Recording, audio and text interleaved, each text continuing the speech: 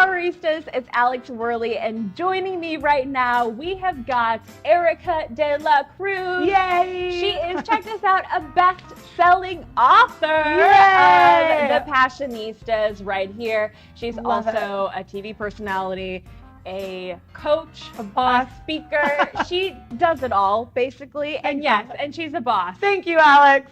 And she is a self-made millennial. I am a self-made millennial. To what we're going to talk about today. We are talking about the mindset of a self-made millennial. So let's start with you. First of all, thanks for joining me. Thanks, Alex. I'm so excited. So yeah, the book is Passionistas. Obviously, this is the Empowerista, so it was the perfect final mind meld. I've been hearing everything Empowerista. You need to meet her.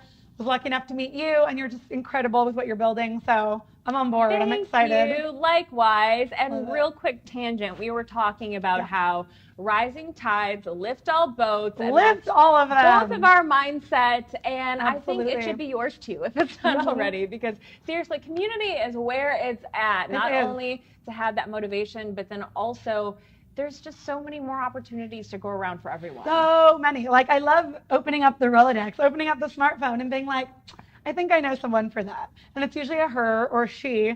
And it's just a beautiful community and a way to go quicker. It like shrinks the 2-year gap to the 2-week gap once you build your community, because the opportunity starts rolling in. Totally. So okay, so let's talk about your story for a minute, because you are a self-made millennial. So tell us how you got to where you are today. Sure.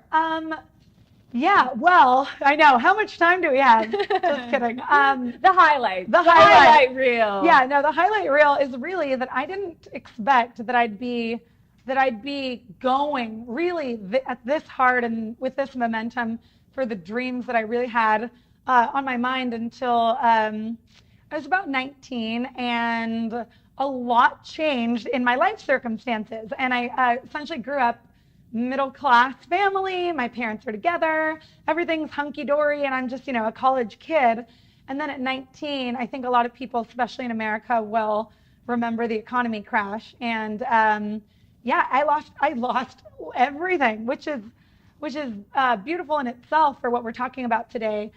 Self-made millennial. I really don't think it's the hustle and making it out there. I think it's making it within yourself first to generate everything else. So we lost our house and a lot of our belongings, and then my family sort of split up and they went different directions. So I kind of had this choice, and it's like, okay, try and go back and rescue everyone, or go back to college. And I had some support from the community, and they were like, go back to college, get your scholarships, and really make it work. So that's what I did.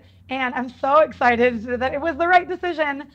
5 years into it, 5 years later, I get to share my story, and there's so many ins and outs. You can read a little bit about it in the Passionistas book, but not only that, but I got my family back. And it was because it really takes being your best self and taking the steps that are in line with who you want to be to attract everything that person has. So if I had been depressed, down in the dumps, gone back to try and figure out what to do and skipped everything that was really aligned with my purpose, I think that everything I would have attracted would have been that of the girl who was like in lack, scared, anxious, depressed. And so that's really what I mean by being self-made, is that you generate the self that you want to be. And then all of these opportunities and this journey opens up that's aligned with who you're put here on earth to be. And so, ooh, this is so juicy. I love it. Okay, well, we're going to dive more into exactly what you're talking about. Yeah. We chatted beforehand about 4 points that I know that you want to make about having that mindset of a self-made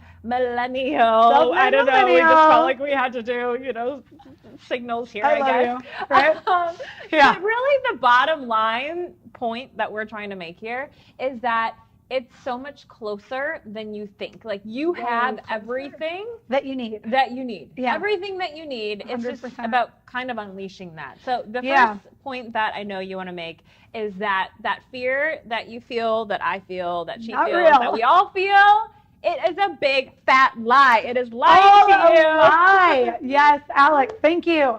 Absolutely. One of the big things, because now I coach and I teach, and really coach around a mindset, and it's identifying that all of these reasons that we have in society, we deem someone's reasons or excuses or explanations really valid. And even the people who love you most, if you're like, I'm just not motivated, or I'm going through depression, or I just don't have time in my life, sometimes the people that love you most are going to be like, I totally understand. And they're going to inherently keep you small without knowing it. But sometimes they may even be coming from a good place. Exactly. But it suppresses your ability to really expand and grow into the person you need to be. And so all of this chatter, I don't have a website. I've never done it before. I didn't get the right degree. Or I think a common one is, who am I to be this person? I don't have experience. 100%. Or this person's way ahead. Then you get in the comparison game. Exactly. Like, it's called this who do I think I am mentality. Mm-hmm. It's essentially a mind trap. And you cultivate this mind trap somewhere along your life. So if you look back either to your childhood, or maybe, like for me, at 19, I had this pretty traumatic, to say, experience. And our mind makes these decisions to keep us safe. And essentially, my big mind trap was, am I doing it right? And I always thought, like, if I thought something was good and I had great intentions and I thought I knew how to do it, it didn't matter. It probably was wrong because I don't think that I'm ever doing it right. And so that's what the mind says, and that's what all these fears are saying to me, but really they don't exist. I just created them to keep myself safe at a point. And when I was trying to figure out how to get back to college, my identity and my mind established a trap, and it was to catch anything dangerous coming at me. And I really needed to make sure that my work was double checked. I knew how to get a scholarship and a job, and I knew how to survive in this real world, and it kept me safe then. But the problem with our mind traps is that we think that they're real, and that we look through that lens for the rest of our life and say, okay, I'm probably not doing it right, so I need to ask a million different people. And that leads to procrastination, and it's when we realize that, oh no, that's just a decision I made and it kept me safe then. And there's not really danger. That's the no lie. Danger. There's no danger. There's You're no okay. danger. Then you can identify it and disappear it. Once I was able to do that, I go, oh, it's not real. Like, my fears that I'm doing it wrong, they're not real, but they kept me safe at a point, but they don't have to keep me from sending off the quick emails. Procrastination was a huge, that's what it resulted in. And I think perfectionism and comparison, there's all these things that can stem from being fearful. 100%. So if the fears are not true, they're big fat lies. They're lies. What is true then? Right. So the truth is in your commitment. Because here's the interesting part, and I'm getting a little into the theory, like I've developed theory, so we go through it for like months, but whatever you're committed to, and if you're aligned, like you feel that you were put on this earth to do something, and you're committed to it, that is your truth that you're living out. So the truth is that you are, you can be self-made by making these decisions yourself to commit to what you want to do. And that's where the reasons and the excuses come in, is that you get up in the morning, you know you want to go to the gym even. Like, that's the perfect example. It's there. But then you wake up late. That's one of the reasons you're not going to be able to go. And then someone comes in and needs something from you. Someone comes in and you need to take a call. All of these outside circumstances are going to eat your dream. Like, whatever you're committed to, they're going to be eaten by all of these reasons and excuses. But inside of my world, I relate to people as what they're committed to. So if you are committed to being, this fantastic television personality empowering humanity, then I don't see you as, you slept in too late is going to take you out. Those are just the reasons. Or you're unmotivated. I would say, no, your identity, all the lies, those are unmotivated, and those are all the things that want to keep you small and safe. It's the reptilian brain. Mm-hmm. But what's real is your commitment and what you're put here to do. Ooh, that's good. Yeah. I love it. Okay, and on a related note, the second point you want to make is that you need to be that person, and you call it reverse engineering, which I love this concept. Basically, know what you want and be that person. You don't have to wait. Yeah, right. So many people think that they want this thing on, like, all these items on a to-do list or a goal list, and then they can be happy, and then they can feel fulfilled. But really, it's the exact opposite. You can't actually attain those things unless you're in the right state of being to attract the opportunities to get them. So one of my favorite things is I used to be told like, oh my God, you're almost there. Like, go girl. And it was in a really encouraging way. But my response would always be like, oh no, I'm already here. Like, I've already arrived.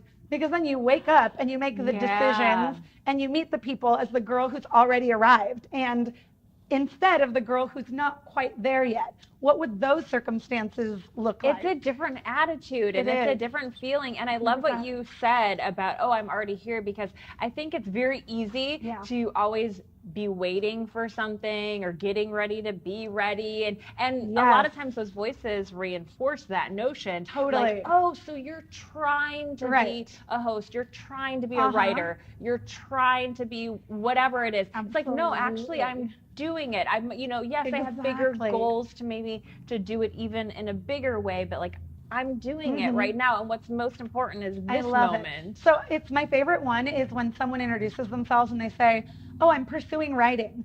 I go, do you write? Yeah, you're a writer. Right. You're not pursuing writing. Yeah, you're a writer. Just be that person. Step into who you need to be now and just watch it unfold, standing in the future, like fulfilled. Like you're there, that's what you feel. All of a sudden, your whole trajectory is going to unravel because you're in the right state of being to attract it. And it's one of my favorite things. I mean, even in the book, so I co-authored Passionistas with a lot of other women, and it's the perfect example of like, who am I to be an author? And the things these women have accomplished, like Forbes, the Today Show, they have done some extraordinary things, and I would still get that identity creeping in, and I go, are you committed to being on this mainstream platform and sharing your story? Yes. So then the lies are that you're not ready. The lies are that you haven't accomplished enough, and the lies are that you're not there yet. So it's incredible what the identity does to you. Mine has always been like, am I doing it right? So now, like, let the people know in your world, like now Alex. So if we're ever out to lunch and I'm like, well, I'm doing this and that, but I don't think, then you can be like, oh no, that's just your unanswerable question. Like, that's not really what you're committed to. An answerable question. Yeah. I love that. Yeah. And you do need those friends in your life who are going to, in a positive way, call you out and just be like, hey, I acknowledge you're feeling that way. Totally normal. I'm with you. We've all got our thing, but hey, move forward anyways and be committed. Exactly. An amazing takeaway, thank you, is that for anyone watching, have an accountability partner out there, like whether it's your significant other, a friend who knows what you built from what your identity is comprised of. Like I have a friend who, her unanswerable question is really like, do they love me? Do they like me? Like, and so of course when she starts talking about, well, I want to, but, and then the things fall in line, I go, oh, I'm talking to your identity, not your commitment right now. And she's like, no. And really giving it language like that is so powerful, because then you can start to identify, oh, that's this voice that's a lie. Yeah. Oh, that's this truth. Totally. And it's not nice. Like sometimes they're like, oh, I just need to think on it. I go, careful. Sometimes your head can be a scary place. And sometimes it's not your best friend and it's not your biggest supporter. So it's identifying those times, because a lot of the time, your mind and introspective thought is where you go to get answers, and often they're going to guide you. But when you have that relationship with your internal mind, sometimes you can't identify when these blocks are coming up. So getting out into the space, like telling everyone on earth, like this is my stuff, this is what I'm made of, this is what comes up, and this is what stops me, so that everyone can point them out. Yeah, the people you trust most, of course, in your inner circle. And I like a point you made earlier, too, about basically we attract like-minded people. Totally. So if you want to attract people who are going to help you get further, you need to be that person yourself. So it goes back to the be that person. Right, exactly. Just show up in whatever you're creating. And I call it like a mainstream form of manifesting, because a lot of people, when they think of manifestation, they think of like you're out in the wilderness, barefoot, you're wearing beige. Yeah. And I'm like, call me a mainstream hippie, but you can also just put it in layman's terms, like be and live inside of what you're creating, like and it's magic. I swear. I'm like, I used to not believe in magic, and well, I always have, but at a point you're kind of like, all right, well, I don't know if that magic wand exists. This really is the closest to it, is just walking in the way you'd feel. And often you're often happy in that place because you think you'll be happy then. And then you walk around and you're like, God, things really went my way this week. And you're trying to figure out why. And it's probably because you're just in the future fulfilled, walking around now. And so the future is now coming into line. And before you know it, you're stepping into all these opportunities and things you wished for initially. That's the magic one. I love it so much. Do it. It's magic, people, but real. Yeah, but real magic. Exactly. Okay, so on that note, can't talk right now. Having your network close by. I mean, they're really so much closer than you would ever think, right? Exactly.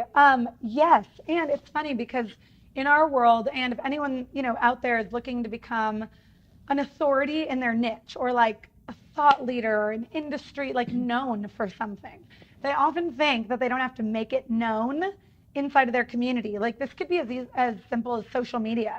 They think like, this is what I want to do in my big dream. So if I go find the right people out there, wherever they are, then I get to participate in all of that and I get the opportunities that I want to. However, it's often the exact opposite, where you need to get comfortable and be vulnerable, posting, sharing, even in conversations, what it is you ultimately want to do with your immediate community. Because once they see you that way, you get the feeling of making it real for yourself, and they have you readily available to recommend for opportunities that they come across. When I started out hosting, I was in radio and transitioned to television. I just really started owning it on all my platforms, in all my conversations, like, oh yeah, this is what I do and this is who I am. And before I knew it, all the opportunity I generated was first inside my immediate community. And a lot of the people I meet who are wanting to be known in their niches underestimate the power of their immediate circle to know other people. So really, well, and you just need to be on and put yourself out there in all aspects. Yes. And so if you're not in your inner circle, in your community, that is probably a reflection that in general you're not putting yourself out there, because it's not something you can just turn on and off. Exactly. If that's your dream, if that's where you're at, then share it and own it. Yeah. And then also the whole component of just being confident. And, totally. It's so funny. Yeah, you said the word reflection. I always think like, I can't look at myself in the mirror every single minute of every single day. If I'm lucky, you get to wake up and be like, all right, I'm good to go. So you really walk through life seeing yourself through other people, like through their eyes, through what you're attracting, like the way you're being treated, the things that are coming at you. You've actually created. And it seems conceptual until you really get down to like, okay, how am I being perceived and treated by the ones I love and my circle? That's often how you're going to be able to relate to yourself all day, because you can't walk around with an image of yourself. It's through your community where you really get that back, and you get to kind of measure the results of what you're building and how you're doing and what they're getting. You never know who's one person away, because I think it's very easy. And actually, I've been guilty of this, where I post more about my business and Empowerista, what I do on my professional pages, but then on my personal page, a lot of times I assume, why would they care? Why would they care? These people typically in Wisconsin are not in the entertainment industry. I love small towns. You just never know who's one person removed. Who knows who? And also, it's important for those people to support you. But I think to that point as well, sometimes the fear is, oh, but what if my inner circle or my community doesn't get it and they judge me? Totally. And, And that is the other, that's step 2 is great. So now you want to teach your immediate world what you're up to so that they will see you that way. But the ones who don't resonate, it's also an amazing gift, because they fall off quicker, and you get to figure out who's actually aligned. Because if you're really in your purpose and doing what you want to do, the people who don't resonate with that are not on the same beam. Like they're not meant to be inside of your path. So paying attention to how people perceive your world and what you're building is different than taking at face value all of the judgment or criticism that might come with that. So you really have to filter that out. And I used to think like, oh no, I'm not getting back to this person and that person thinks that. And then a mentor of mine said, right now the slice of the pie is about 3%. So what you're doing, so you have a lot of people resonating with what you're doing. Then you have that little slice that's like, is this real? She seems so happy, and that used to get to me. And he goes, the bigger you're going to get, the bigger that slice of the pie is going to grow. Of people who are basically haters. Exactly. Yeah. So I call it the ESPN theory, where people get paid. It's a job to go out and weigh in on what people are doing and spectate, whether it be sports or whatever. But that's the difference of playing high school, basketball, or going to the NBA. At high school, everyone's in the stands are going to say, like, congratulations and you did your best. If you graduate and play on a bigger scale and you're up to a big game, then people are literally getting paid to put you under the microscope and weigh in on, did you win or lose? But they're ultimately just attached to the outcome of what you're doing, which is also really exciting. Yeah, and I think the best way to deal with it, that I found at least, is honestly to ignore it. Yeah, you know all about this. Yeah, right. yeah. I mean, just to not. Thank you. Yeah, if there's a blog that is specifically blogging about authors, you know, and they're hating on you, you don't need that negativity in your life. Oh, exactly. Yeah, and it's not only ignoring, but now it's like a hater, yay!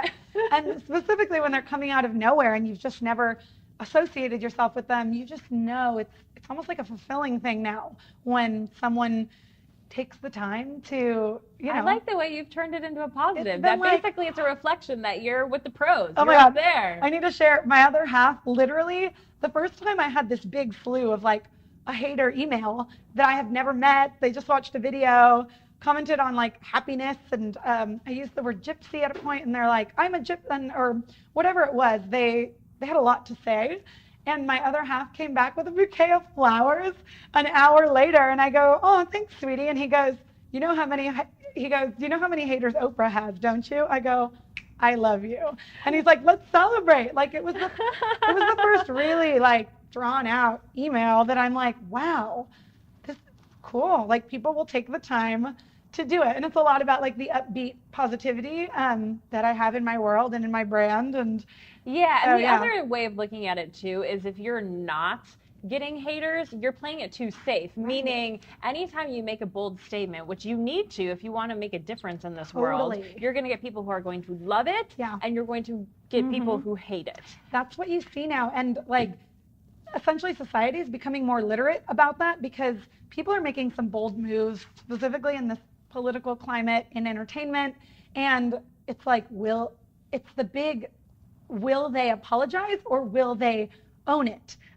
Because if they went through the trouble to create whatever it is, a video, a photo that people are like, that was so politically incorrect and all of this stuff, people who own it often, their numbers, their audience, the viewership, however polarizing, they expand. The people who are often apologizing about every little thing along the way, they often get a rep from publicists and things that they might be playing it too safe, and they're actually decreasing the odds of reaching the amount of people that they're out to reach. Yeah, I think the key is, for me, is standing behind what I believe in.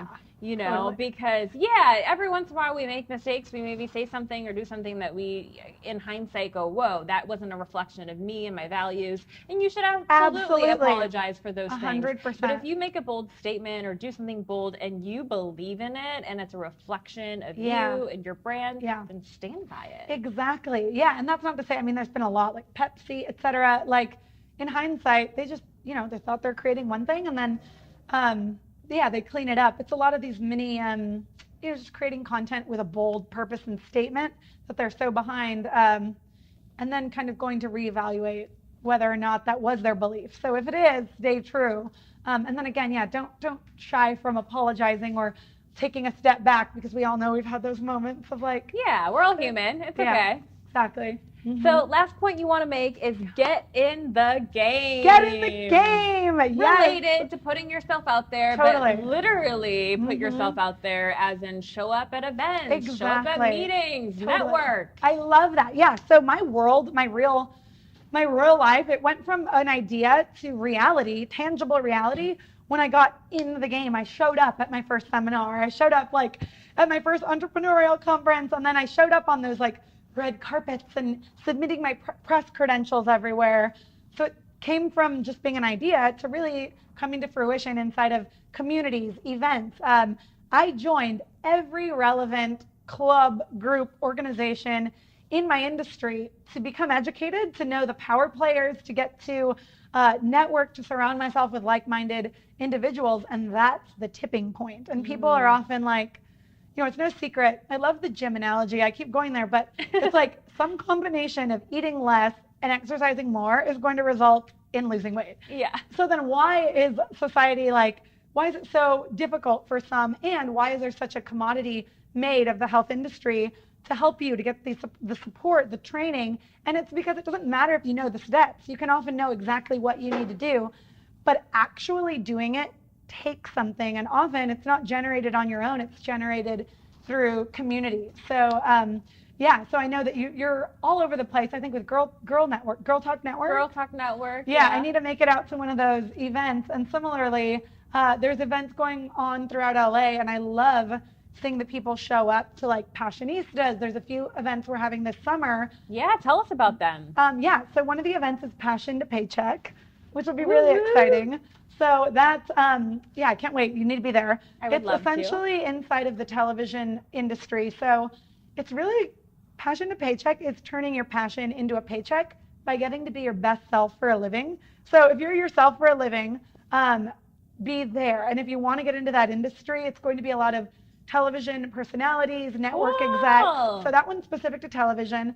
Then I also have the Boss Babe Boot Camp, which is taking everything you've wanted to work on and over the course of 2 days and a weekend working on that. So those are this summer, but I just really love the idea of getting in the game and involved and not having it live here, but living in the real world. So yeah, well, kind of ties together everything we were saying. Yeah. Be that person. Go do it. Rising tides lift all boats. Exactly. Put yourself out there. Yeah. And I hope that if there's anything you take away from this, you realize you have everything you need. You really do. Everything that you need. It's all up in here. Exactly. It's all here. Yeah, we started at Self-Made Millennial. Yes. And really it's you come from nothing and you do all the actions and you go for it.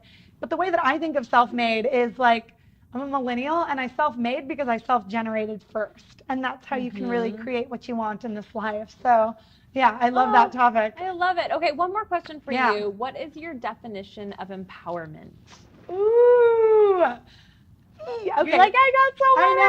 I know. I think my definition of empowerment is, again, it's really straying from the alone and into the getting on the court with someone else. I personally feel most empowered when I'm able to share with someone what I'm up to, and I get back from them a knowing, just a knowing. They don't have to say you go for it, you're almost there, or go girl, or anything along those lines, but making it real inside of someone else's world empowers me because I've felt like I can share it. I'm on that cutting edge front where I've just told, my life vulnerability to someone else. And when they get it and they can recreate that for you, even repeating it, saying, got it. So right now you're pursuing X, Y, and Z, and this is maybe what you're struggling with. This is what you're doing great at. Getting into the game with coaches, friends, mentors, loved ones is when I feel most empowered, when it makes it a reality. Yeah. When you say it out loud, when you share it with other people. Exactly. The wheels are in motion. Absolutely. So that's how I feel most empowered. And what I love to do for other people is just be a sounding board.